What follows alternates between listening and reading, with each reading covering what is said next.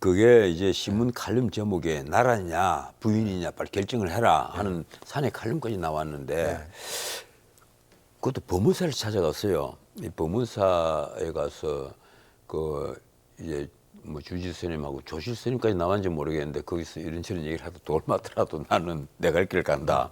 같은 날 하필이면 또 한동훈 당대표는 민심 속으로 걸어가겠다. 똑같이 걸어간다는 얘기를 했어요. 근데 국민 속으로 민심 속으로 간다.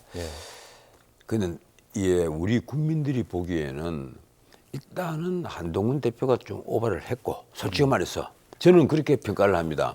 아니 윤한 갈등의 책임에 최근에 여론조사 공정조사 아니 보니까 그거는 보면 김건희 여사하고 그다음에 윤석열 대통령이 비중이 높을 수밖에 없죠. 거의 70%가 예, 갈등의 원인을 거기서 준 거니까.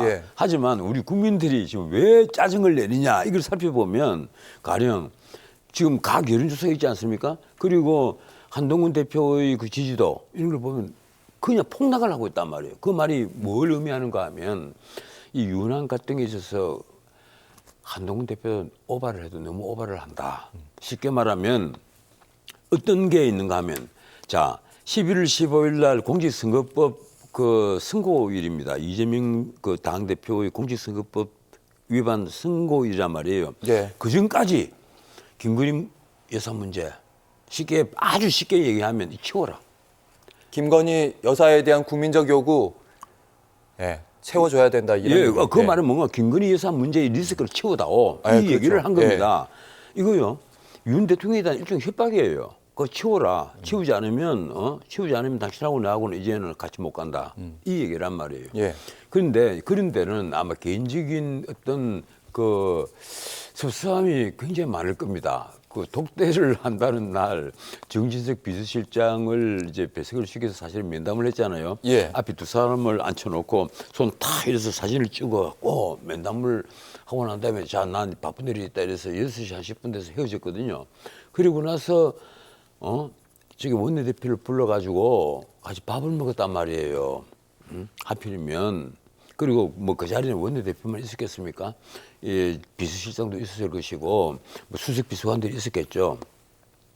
그냥 밥도 못 먹고 나와서 그 얘기를 다 들을 거 아니에요.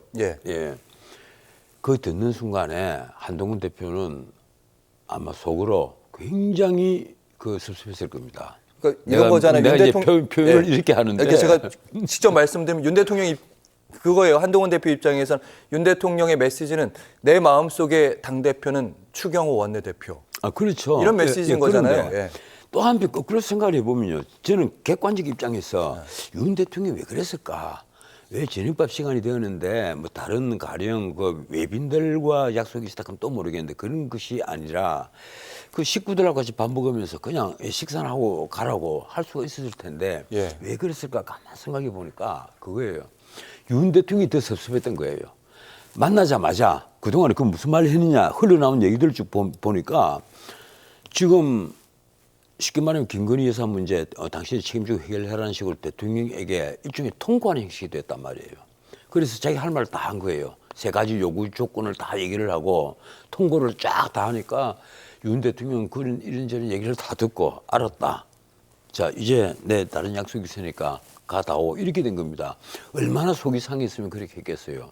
이러니까 사실 보면 두 사람 다 아직까지도 거목이 못 된다. 큰 정치를 할 수 있는 그런 거인들이 못 되는구나. 그러면 그걸 조금도 감추지 못하고 그대로 쏟아내고 조금 그 우회에서 상대방의 그 자존심을 챙겨주면서 그 어떤 협상의 길을 열려고 하지 않고 그냥 곧장 직사포로 쏘아버렸단 말이에요. 전 변호사님은 그럼 윤한 갈등의 책임은 한동훈 대표에게 조금 더 있다? 나 한동훈 대표가 한 90% 있다고 90% 봐요. 있다? 90%는 한동훈 대표에게 있다. 왜 그런가 하면 한동훈 대표는요.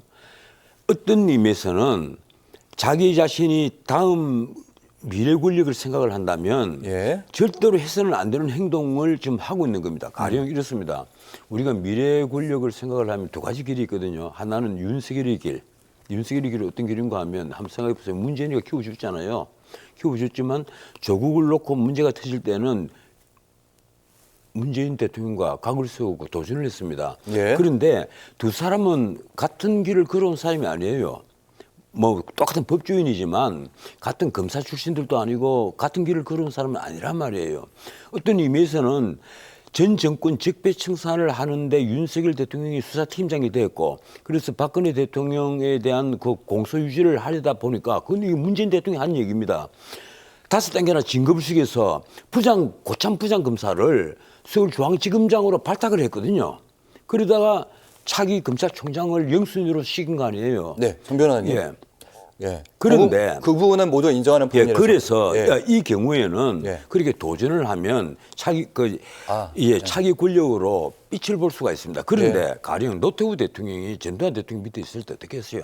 납작 엎드렸잖아요. 인내의 시간을 가졌다. 6.29 선언까지도 사실은 전두환 대통령이 그 당시에 배려를 했다는 게 나중에 다 드러난 진실인데 그렇게 납작 엎드리고 하면서 나중에 자기 직군을 해서 백담소로 보낼지언정 그때는 납작 엎드리면서 차기 권력으로서 절대 그 순종을 했단 말이에요. 예. 그런데 지금 한동훈 대표는 그렇지 않다는 말씀. 윤석열 대통령과 20년을 같이 걸어온 같은 검사 출신입니다. 국민들이 보기에는 검사다움이 검사예요.